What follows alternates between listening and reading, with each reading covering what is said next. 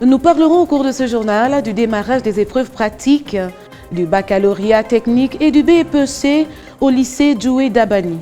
Vous aurez plus de précisions avec Naomi Samba et Floris Mapango.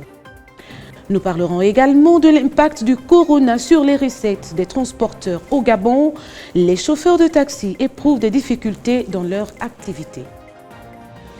Mesdames et messieurs, bonsoir. En début de ce journal, nous parlons du démarrage des épreuves pratiques du baccalauréat technique et du BEPC au lycée Djoué Dabani. Des épreuves qui se déroulent d'ailleurs dans de bonnes conditions, nous précisent Naomi Samba et Floris Mapango. Reportage. Les élèves des classes de terminale des séries techniques et de la 3e sont actuellement soumis aux épreuves pratiques de sport pour la session 2021 sur tout l'étendue du territoire national dans les conditions optimales respectant les restrictions sanitaires édictées. C'est le constat fait par notre équipe qui s'est rendue dans un des centres retenus à l'attention, à l'instar du centre du lycée Djoué Dabani de Libreville. La session 2021 a débuté le 12 mai dernier, d'accord. Et aujourd'hui nous sommes l'avant-dernière journée. L'activité sportive se déroule plus ou moins bien malgré le contexte sanitaire. Voilà. Les élèves se sont arrimés à la situation, à toutes les restrictions.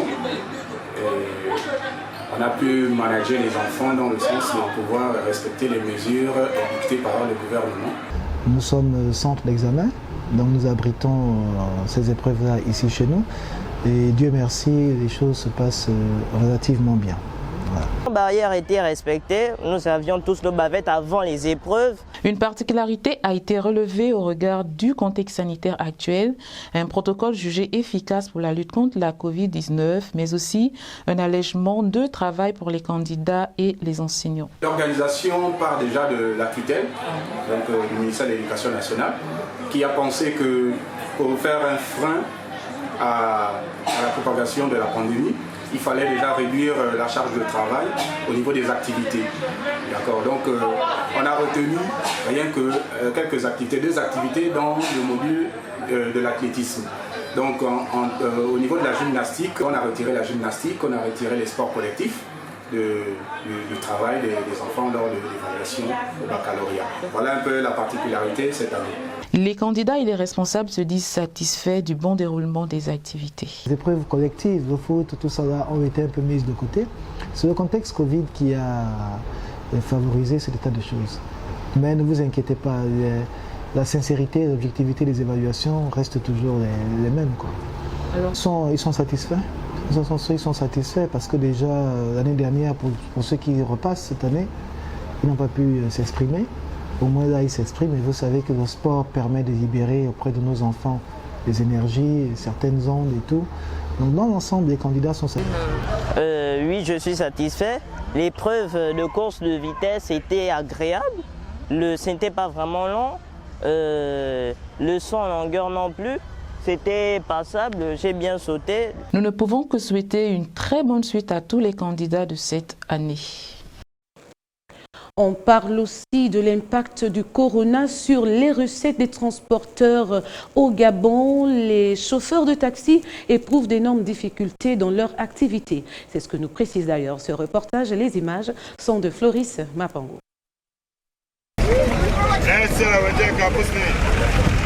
En raison de l'épidémie du coronavirus, l'activité des transporteurs est fortement perturbée depuis que le Gabon vit sous le régime de l'état d'urgence sanitaire.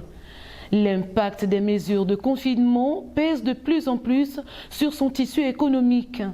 Certains chauffeurs ont décidé d'exprimer leur douleur. On force seulement, on force. Et si on arrive pas bien, on rentre. Hein. On attend l'État pour nous mettre sur le chemin. Quoi. On commence le boulot à 6h30, 6h et on finit à 17h30. Plus autant donné que le couvre-feu commence à 18h. Des fois, ils exigent qu'on les prend en double, on les double 3 par banc. Et pourtant, normalement, l'État n'a pas donné cette possibilité-là. On est parfois obligé d'assumer comme ça. Mais on ne s'en sort pas avec les 2 par banc, on ne s'en sort pas. Ouais, donc c'est pas facile, on essaie de gérer. Dans les différents points de chargement, les taxibus sont visibles. On observe cependant 2 personnes par banc munies d'une bavette chacune. Or, autrefois, ce n'était pas le cas. Un nouveau rythme qui influe sur les recettes des transporteurs. Bien sûr, le chiffre d'affaires n'augmente pas parce qu'on respecte le nombre de places qu'ils ont demandé. On ne nous arrange pas, on nous dérange le travail parce que déjà, il y a tellement de clients et puis le nombre de places est limité, donc du coup on ne s'en sort pas. Au moins que le gouvernement essaie de répondre un peu à la situation du couvre-feu en fait. Ça nous dérange, autant donné que tous les taxes, on n'a pas diminué les taxes. Par exemple, bientôt la mairie, on n'a rien diminué, c'est toujours le même tarif, ou plutôt il y a eu augmentation. Donc il n'y a rien comme changement. Donc, et pourtant, nous, on a maintenu les mesures barrières, on respecte les mesures barrières. Donc c'est un peu compliqué pour nous. Vous voyez comment ça se passe. Il y a le contrôle de tous les côtés. On souhaite que le gouvernement améliore les conditions du couvre-feu qui prolonge jusqu'à 22 h comme autrefois. Au moins ça va nous arranger. Avec le temps, ça va aller. Dans l'espoir de revoir la situation changer, il serait important pour les transporteurs de s'armer de patience. Nous poursuivons ce journal pour parler du phénomène d'inondation dans la capitale gabonaise, un problème qui touche de nombreuses familles. Nous écoutons les plaintes dans ce reportage de Naomi Samba, Floris Mapango pour les images. Depuis de nombreuses années, les populations de Libreville et sa périphérique connaissent des inondations sans précédent. Phénomène autrefois rencontré dans les quartiers sous-intégrés, il se répand et touche aussi des quartiers UP. Certaines populations relatent et exposent d'autres faits engendrés par ce phénomène. Aïe, quand il pleut, on remarque souvent pour rentrer là, c'est des problèmes. Donc ça s'inonde d'une manière que même les véhicules n'arrivent pas à circuler. Il y a des barrières qui ont été cassées là partout. Il y en a plein là. Et au jour d'aujourd'hui, les malfaisants aussi en profitent pour pénétrer dans les maisons. Bon. Il faut trouver une solution, c'est très important. Ne pouvant attendre l'action publique au regard de l'urgence des dégâts orchestrés, les habitants sont obligés eux-mêmes d'employer des moyens pour s'en sortir. Il y a des gens dans certains quartiers qui essayent de s'associer pour pouvoir désenclaver certains endroits, chose que la mairie n'arrive pas à faire. Pendant que certains riverains se questionnent sur l'incapacité des autorités à pallier au phénomène d'inondation qui emporte tout sur son passage à chaque fois, d'autres, quant à eux, espèrent et reformulent leurs souhaits auprès de celles-ci afin de les soulager. L'État est là pour ça, la mairie est là pour ça. C'est pas la population, normalement c'est au gouvernement de voir ce qui se passe. Les gens se plaignent, ils se plaignent, mais qu'ils essayent un peu aussi de faire des tours dans les quartiers après une pluie pour voir qu'est-ce qui s'est passé, est-ce qu'il y a eu ceci, est-ce qu'il y a eu ça, est-ce qu'il y a eu des inondations. C'est très important. Si l'État peut faire en sorte de veiller sur le phénomène, là, ça va nous arranger. Les solutions des problèmes d'inondation ne dépendent pas de Dame Nature, mais des populations elles-mêmes et du gouvernement qui a la charge de veiller au bien-être des populations. Le problème de canalisation bouchée à Libreville, souvent source d'inondation, devient un véritable casse-tête chinois, surtout en cette période de grande pluie. C'est ce que nous précisent Naomi Samba et Floris Mapango qui ont d'ailleurs fait le constat. Reportage. Certains quartiers de Libreville sont confrontés au phénomène des canalisations d'eau, puis encore à la moindre pluie diluvienne, plongeant ainsi des habitations entières et d'autres dans l'eau. Une situation qui ne contente pas du tout les populations. D'abord, quand il pleut, les canaux se bouchent, il y a des inondations. Donc tu vois un peu que les autres qui restent de l'autre côté sont inondés, l'eau arrive jusque chez eux. Nous sommes fatigués de cette situation. On veut qu'on nous arrange la route. On en est marre, on est fatigué. Depuis là, ils viennent arranger la route, ils n'arrivent pas à déboucher les caniveaux. Rien, ils viennent seulement, ils arrangent en haut, en haut. On a mal chaque fois que les gens viennent nous demander. On traverse la route 2 jours, ça n'aboutit pas. Des coulées d'eau du fait des canalisations bouchées, des tonnes de litres d'eau ont envahi les rues de nombreuses maisons en causant des dommages considérables. Donc on ne sait pas si un jour peut-être un bon samaritain va passer par là et essayer de nous regarder ça, on ne sait pas. Et ça nous apporte de plusieurs maladies ici. Il y a des gens qui perdent leurs appareils à l'intérieur, qui perdent beaucoup de choses. La dernière fois, il y a même une petite qui a failli mourir dans la maison parce que l'eau était rentrée jusque chez eux. Les gens glissent même là, les gens se font du mal là. Il y a des moments quand il pleut, comme l'eau ça monte, l'eau emporte même les voitures avec le courant. Les voitures rentrent dans le trou que vous voyez là. Une voiture est déjà rentrée là une fois. Les habitants du quartier d'Ozangué, pour ne citer que ceux-là, lancent un appel au pouvoir public afin de voir leurs conditions de vie s'améliorer. Je demande à l'autorité, je peux dire à la République gabonaise de venir nous regarder ça, essayer de nous trouver une solution. Parce que c'est bien beau, on vous vote, mais qu'est-ce que nous les Gabonais on a en retour? Essayez de nous régler cette situation, pensez un peu à Ozangué, essayez de venir regarder cette situation. Les ingénieurs de travaillent la route. Parce que ça, c'est les bricoles qu'ils ont fait. Chaque fois qu'ils prennent de l'argent, ils ne font pas le bon travail. C'est la 5 fois. En attendant la réaction des pouvoirs publics, rappelons que le phénomène des canalisations bouchées demeure un danger du manque d'entretien des infrastructures publiques que sont les conduites d'eau, certes, mais par ricochet l'incivisme des populations qui manquent à leur niveau d'agir en protégeant leur milieu de vie.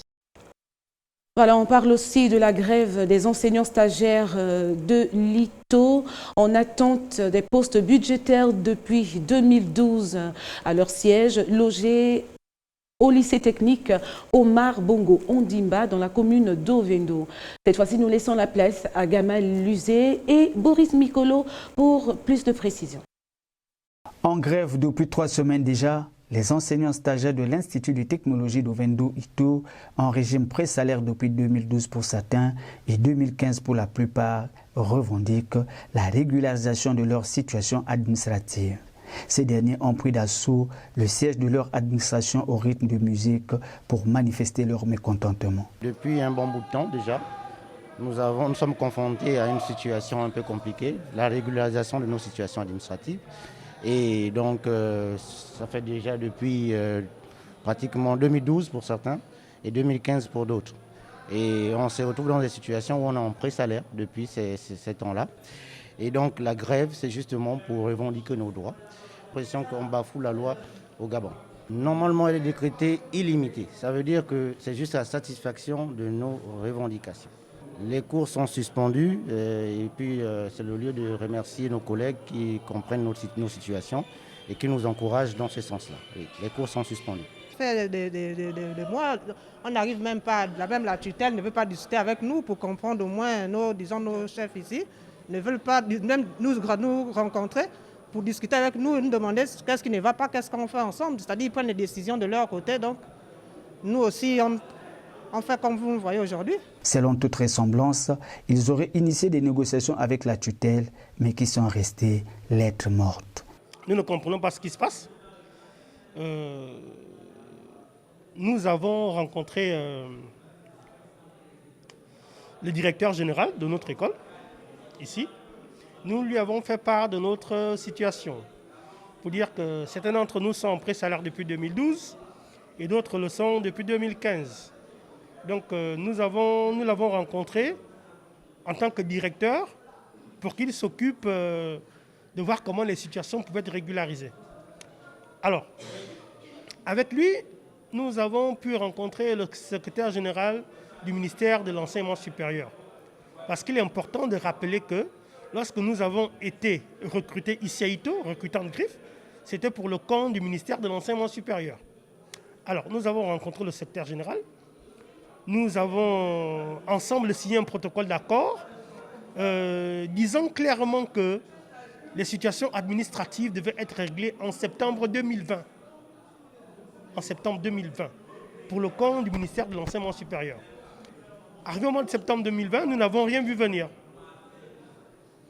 À partir de ce moment, nous avons enclenché une deuxième démarche. C'est-à-dire que nous avons cherché à le rencontrer de nouveau. Nous l'avons rencontré et un autre protocole d'accord a été signé. Un autre protocole d'accord a été signé disant que les situations devaient être régularisées au mois de décembre, au mois de janvier. Toujours pour le compte du ministère de l'Enseignement supérieur. Les différents protocoles d'accord qui ont été signés avec la tutelle, d'accord, sont le fruit de nos négociations. Donc, ça veut dire que les négociations ont été entamées et que nous sommes même tombés d'accord. nous attendons simplement le respect des différents protocoles d'accord. La goutte d'eau qui a débordé le vase, c'est le fait que la tutelle les aurait par surprise mise à la disposition du ministère de l'Éducation nationale, alors que l'ITO, l'Institut de technologie d'Ovendo, comme le nom l'indique, est un établissement d'enseignement supérieur. Nous sommes tout à fait étonnés, nous sommes sidérés, nous ne comprenons pas ce qui se passe. Parce que nous apprenons que finalement, nos dossiers ont été reversés à l'éducation nationale. C'est-à-dire clairement qu'il y a un individu qui s'est levé pour opérer un changement de corps.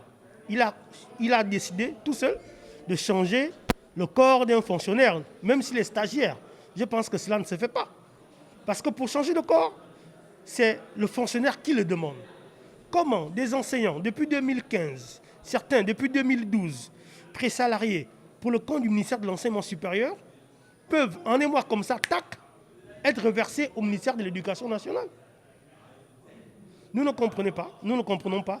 Et là, c'est vraiment la raison de notre grève. Nous ne comprenons pas. Nous disons que nous avons été floués, nous avons été enfarinés. Parce que nous avons des documents signés par des autorités qui disent que nous appartenons au ministère de l'Enseignement supérieur. Et c'est vrai que nous appartenons à ce ministère. Ce n'est pas possible qu'on se lève un matin et qu'on le change comme ça, sans notre avis. Ce n'est pas possible. Plus de 9 ans en pré-salaire, ces mères et pères de famille qui, pour certains, vont bientôt aller à la retraite vu leur âge avancé, sans avoir cotisé même un fonds à la caisse pour assurer leur retraite, sont dépassés car ils ne voient plus le bout du tunnel. Depuis 5 ans pour certains et depuis 2012 pour d'autres, nous sommes en pré-salaire. Ces pré-salaires ne nous permettent pas d'avoir accès à la couverture sociale, notamment la CNAM-GS, ne nous permettent pas de cotiser pour la retraite. Donc aujourd'hui, nous sommes dans une situation de précarité et nous souhaitons que cela s'arrête. Parce que pour beaucoup, il faut un certain nombre d'années que nous n'atteindrons jamais par rapport aux cotisations de la retraite. Donc qu'est-ce que nous allons laisser à nos enfants? Comment on va assurer le lendemain? Ce pré-salaire-là, oui, pour certains, peut-être ils le voient comme étant un gain important, mais lorsqu'on considère les charges que les uns et les autres ont, ce n'est pas possible. Donc aujourd'hui, nous, ce qu'on veut, c'est qu'on régularise nos situations afin que nous ayons accès à la couverture sociale, que nous ayons accès à ces cotisations qui permettront d'assurer nos lendemains et d'assurer les lendemains de nos enfants. On disait la collègue tout à l'heure, on ne peut pas cotiser, on ne cotise pas pour la retraite. À quel moment on va commencer à cotiser? Si on a déjà 40 ans aujourd'hui, il nous reste combien d'années pour cotiser? Ça c'est un problème. On ne peut même pas prendre des prêts à la banque parce que nous sommes toujours en pré-salaire. Vivement que les autorités prennent en compte les revendications de ces derniers afin de sauver l'année académique 2020-2021 pour la réussite des étudiants de cet établissement supérieur gabonais. Car à l'instant où nous levions nos caméras, certaines salles de classe étaient vides et les étudiants dehors par manque d'enseignants. Alors, une interrogation pour vous. Êtes-vous prêt à prendre en mariage le frère ou la sœur de votre conjoint après sa mort? Tentative de réponse avec les Librevillois au micro de Naomi Semba et de Floris Mapango. Je ne pourrais pas accepter de me marier avec le mari de ma défunte sœur. Parce que d'abord, ma tradition, ça ne se peut pas ordonner que j'épouse le mari de ma défunte sœur. Et en plus de ça, qui serais-je devant les enfants? Le marâtre ou leur tante? C'est ça la question. Qui serais-je? Les enfants vont m'appeler comment? Tantine ou marâtre? Donc je vois que ça ne se présente pas bien. Non, tu ne peux pas. Pourquoi? Parce que ça ne fait pas bien. C'est le mari de ma soeur. Je ne peux pas me marier avec le mari de ma soeur. Non, même si c'est la tradition. Si elle a les enfants, je préfère récupérer les enfants et les garder, mais je ne peux pas me mettre avec le mari de ma soeur. Pour moi, non. Non, je ne vois pas pourquoi j'épouserais la femme de mon frère. Certes que dans nos traditions, il y en a qui le font, Mais moi, personnellement, je ne pourrais pas le faire. Si on m'impose, je ne le ferai pas parce que déjà la femme de mon frère, je ne vois pas pourquoi je vais mélanger une femme avec mon frère. Bien qu'il soit décédé, je ne vois pas pourquoi prendrais-je la femme de mon frère. Je ne pourrais pas. Mon frère décède, il est une femme. Moi, je n'ai pas le droit de prendre cette femme. C'est interdit d'abord dans la Bible. On ne peut pas avoir des relations de ce genre. C'est interdit. C'est de l'abomination. La femme de ton frère reste la femme de ton frère. Elle décède, elle est libre d'aller contracter une autre union avec une autre personne.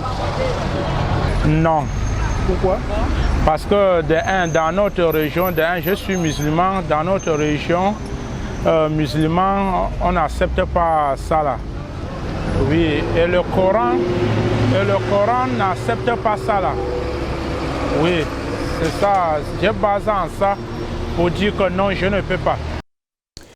Merci à Bourgeois Alec et à son équipe voilà, qui m'ont accompagné pour vous servir tout au long de ce journal. Mesdames et messieurs, il a été réalisé par l'ensemble de la rédaction de Télé Hermon, supervisé par Gama Luzé. Avant de nous séparer, je me fais le plaisir de vous rappeler les titres de ce journal. Nous avons parlé du démarrage des épreuves pratiques du baccalauréat technique et du BEPC au lycée Djoué d'Abani. Nous avons également parlé de l'impact du corona sur les recettes des transporteurs au Gabon. Les chauffeurs de taxi éprouvent des difficultés dans leur activité. Nous nous retrouverons demain à la même heure. Au revoir et bonne nuit à tous.